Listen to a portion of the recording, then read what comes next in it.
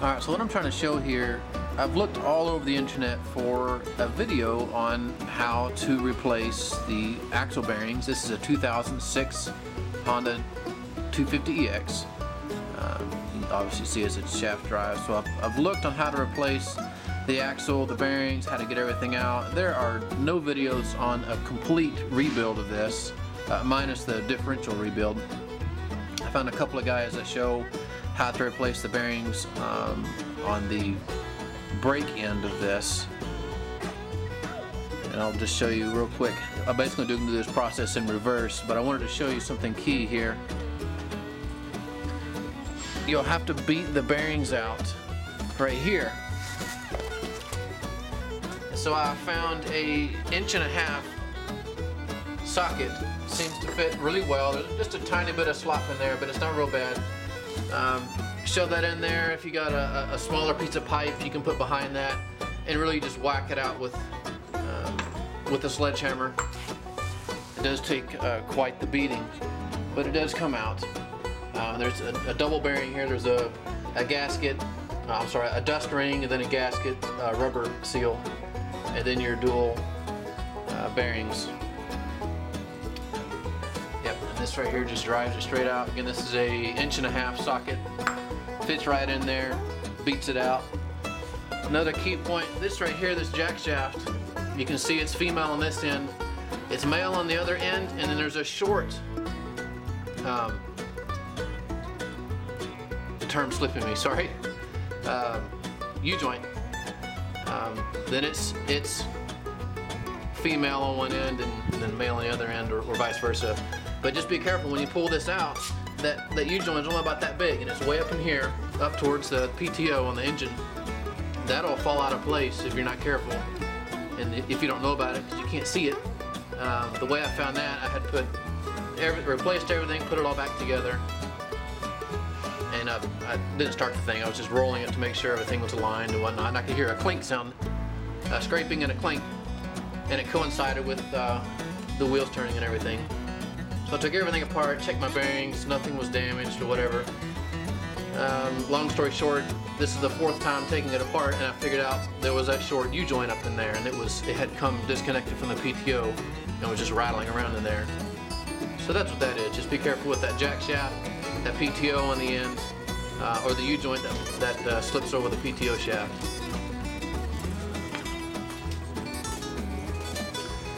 Alright, so I'm going to show you this here. This is an 1 5/8 socket, and this one fits perfect on the outside because this end of the carrier is beveled out. It's slightly swollen compared to this end.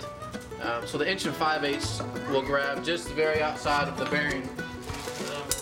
There's the old bearing. It'll grab just the very outside as you pound it in, because you don't want to damage the seal in the middle of this is the old bearing, obviously. But the 1 5/8, it grabs just perfect right on the outside of that bearing. So 1 5/8 is what you need. Pound it back in that way, and it's stepped in here, so the bearings will stop when you have reached the end of there. And I just did one bearing at a time. You can't stack both of them and try it at one time, obviously. So 1 5/8 works great for that.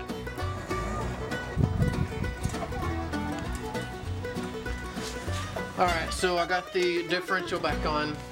It's fairly straightforward.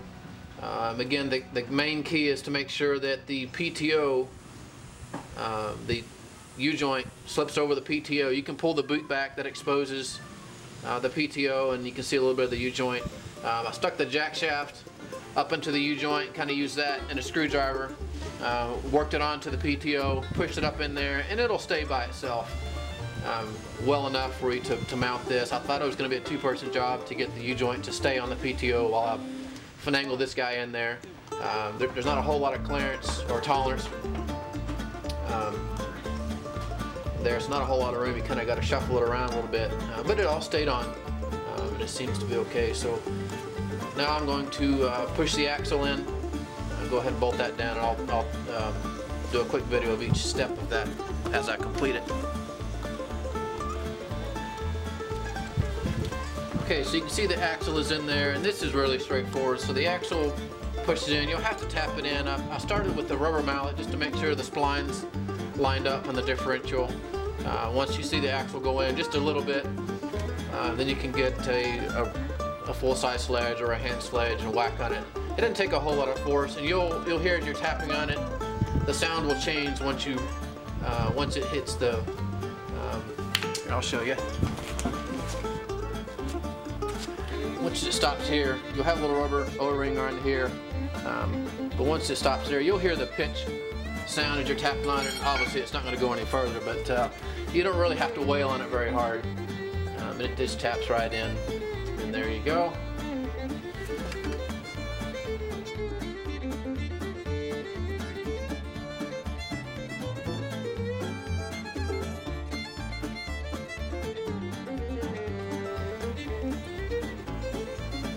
So the next part that goes on is your brake drum, and it is splined as well, and it just slips right on. It's hard to get off the old axle. You kind of got to tap on a little bit, but the new axle, it just slides right on. So nice and easy with that.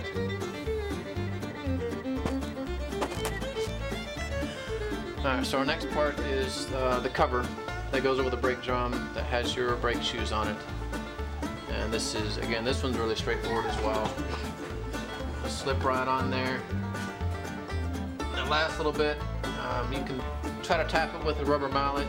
I found it's best to just go ahead and thread your bolts in and just work them real slow in a cross pattern. A few turns each, it'll work it in there nice and tight.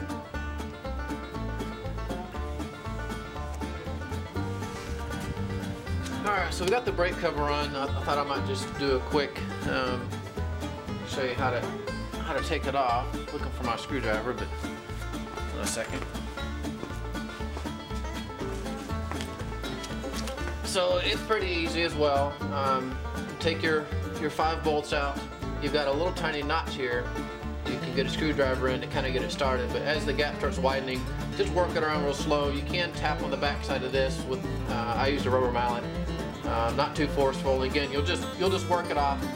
Put your screwdriver in the gap, work on it a little bit. It'll slowly start working out. It just takes you a minute, but it's not difficult at all. Alright, so I'm going to show here is simply the order that a few parts come off. I'm making this video on assumption that you're just a shade tree mechanic like myself.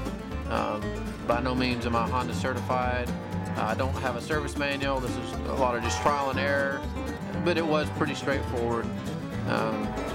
What you don't see is a collar, a steel collar that's up in there. That just slides right out. But then you have an O-ring, and then you have, I guess it would be like a thrust washer. It is beveled. It will say this side out.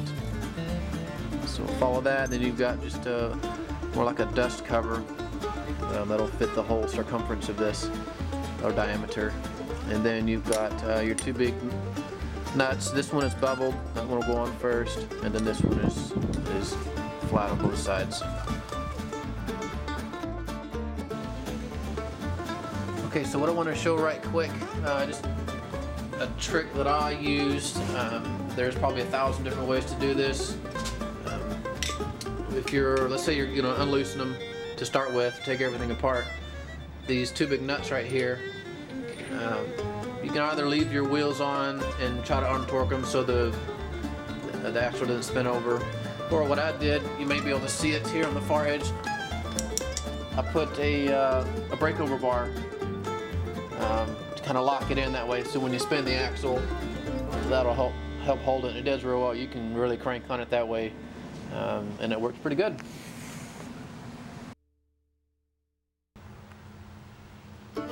Alright, so that's pretty much it. I didn't really want to do a super long video, you know, because the whole process, if it's your first time through it, you may spend a whole weekend doing it. This is probably the 3rd time I've had this thing apart, just trying to figure out what my original issue was. Well, the original issue was the axle was bent on the end. The previous owner had hit something pretty good. So we replaced the axle, but then I had an issue again with the U-joint slipping off of the PTO. up there. So that took me a couple of tries to figure out what was making the noise. Didn't ever drive it. I put the axle in, put everything back together, and just spun the axle over using the spindles. I could hear something clinking and scraping. So it took me a little bit to figure out what that was, but it's a one-person job. I got the U-joint back over the PTO, put the jack shaft back in, got everything put together without the U-joint slipping back off. Well, that was pretty easy. I forget the name of the kit that I got, but it was basically your double bearings, bearing on this side, and all the seals in between. So I didn't show all the details on that. That's pretty straightforward. You'll figure a lot of that out on your own. But the main thing that I never could seem to find was anybody with a video describing how to get the double bearings out. Most all the videos you find are only for the bearing on the brake side, which is pretty straightforward. That's not too complex, and really the whole job is not too complex. It's just figuring out some tricks here and there. And I mentioned elsewhere in the video the different size sockets. Once you get your differential off and everything, to use a big old socket to slide in from your right side to your left, and you can beat out the bearings, and then use a different size socket to beat your bearings back in using a sledgehammer. So that's all pretty straightforward, just to hope somebody can hope this video makes somebody's job a little easier.